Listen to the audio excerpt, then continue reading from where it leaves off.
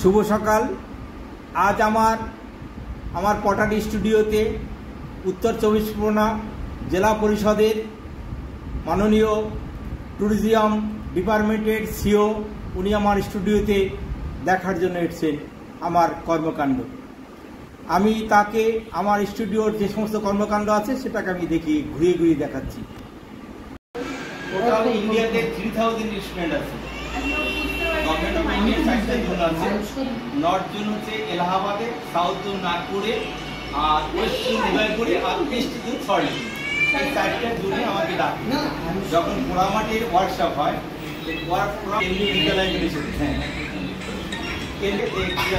ছেলেমেয়েদেরকে একটু ভ্যালুয়েশনের কাজ দেখা। আমার তো এই লাইনে 45 ইয়ার্স এক্সপিরিয়েন্স। তারপরে আমি আপনার ন্যাশনাল অ্যাওয়ার্ড পেয়েছি, ইন্টারন্যাশনাল অ্যাওয়ার্ড পেয়েছি 4বার। আর কোনো জায়গা নেই অ্যাওয়ার্ড নেওয়ার, শুধু দুটো জায়গা আছে, শিল্পগুরু এবং পদ্মশ্রীর জন্য। এই দুটো জায়গায় এখন বাকি আছে। সম্ভব ছিল না, বাবা মা হাড়ি কলসি তৈরি করতে, তাতে দেখলাম আমাদের পেট চলবে। এর জন্য আমাকে ডেভেলপমেন্টের কাজটা করা।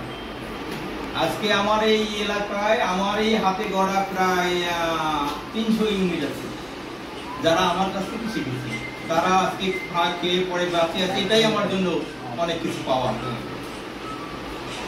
অগণিত আমি অ্যাওয়ার্ড পেয়েছি, দেখুন এই কাজের। আর একটা কাজ আমার কাজ করছে যে নিউ ডিজাইন ডেভেলপমেন্ট।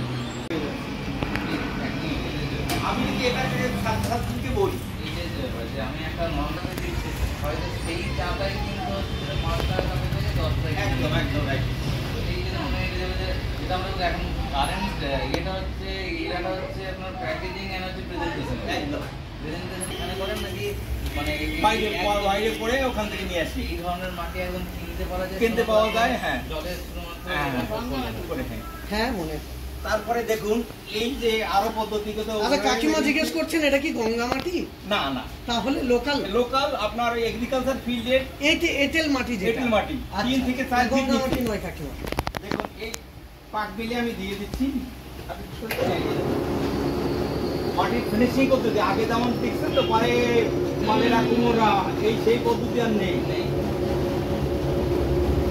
আমার বাবা মাকেও আমি দেখেছি মাটি তৈরি করে, সেই প্রসেস কিন্তু আর এখন নেই। এই প্রসেস থেকে বের হচ্ছে, মানে যতটা আমি আসছে।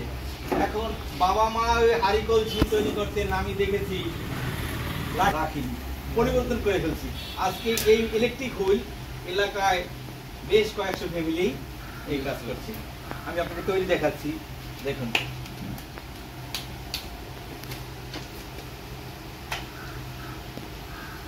এই ইলেকট্রিক হুইল চলছে, কত ইজি হয়ে গেছে, প্রোডাকশন ক্যাপাসিটি বেড়ে গেছে। আপনি যা বলবেন তাই তৈরি হবে, শুধু ব্রেন আমাকেই করতে দিন।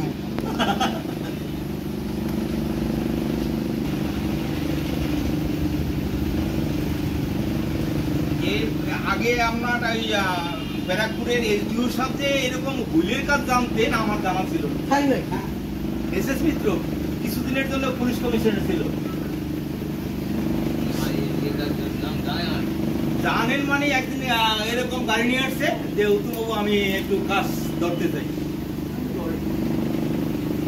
সোনার আংটি খুলে আমার সাথে তৈরি করবো। আপনি কোথেকে শিখলেন? আমার ছোটবেলায় গুরু ছিল, তার থেকেই শেখা। তারপর নতুন নতুন আইডিয়া যেতেন আমাকে।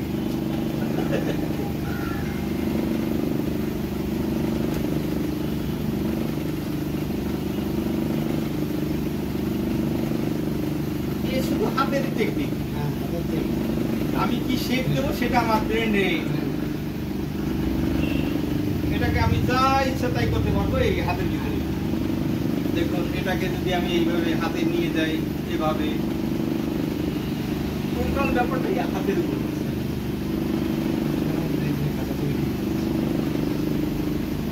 এটাকে বাটি করুন বা জাম। হ্যাঁ, সেটা আগে প্ল্যানিংটা হতে হবে, মাটিটাও হবে নিচের থেকে। আচ্ছা আচ্ছা আচ্ছা, হ্যাঁ, মানে এটা একটা স্কিল পড়ে, সম্পূর্ণটা নির্ভর করে। এই হাতের উপরে দাগ দেওয়া টেকনিকগুলি মানে কীভাবে করতে পারে সেটা একটা পুরো আমি ডিটেলস। অনেকেই আমাকে বলে যে গভর্নমেন্ট আর্ট কলেজ থেকে বেরোয় শান্তিনিকেতন থেকে পাস করা আছে, ছেলেমেয়েরা আসে আমার কাছে। গভর্নমেন্ট আর্ট কলেজে প্রফেসর স্বপন জানা, দেবাশিস বাবু, তারপর শান্তিনিকেতনের ফুল ব্যানার্জি প্রফেসর, সবার সাথে আমার সম্পর্ক আছে ভালো। কিন্তু তারা এই প্র্যাকটিক্যালটাকে কিন্তু মানে যেটা বেশি দরকার সেটা না দিয়ে থিওরিক্যালটা বেশি দিয়েছে, কিন্তু তাতে বেসিকলি ছেলে মেয়েদের কিছু হচ্ছে না। আমি কিন্তু একদম ফ্রিভাবে কথা বলি আপনাদের সাথে।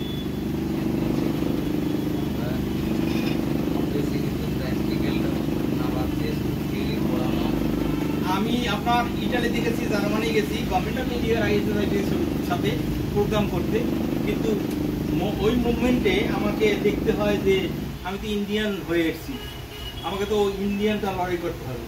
তখন ওই মুভমেন্টে আমি ব্রাজিলের টেবিল দেখি, আর্জেন্টিনা জানবি, তখন আমি আমার মতো করে ঘুরিনি কিভাবে আমাকে লড়াই করে দিতে হবে। কাকিমা দেখলেন একটা পাত্র রেডি, এবার এটা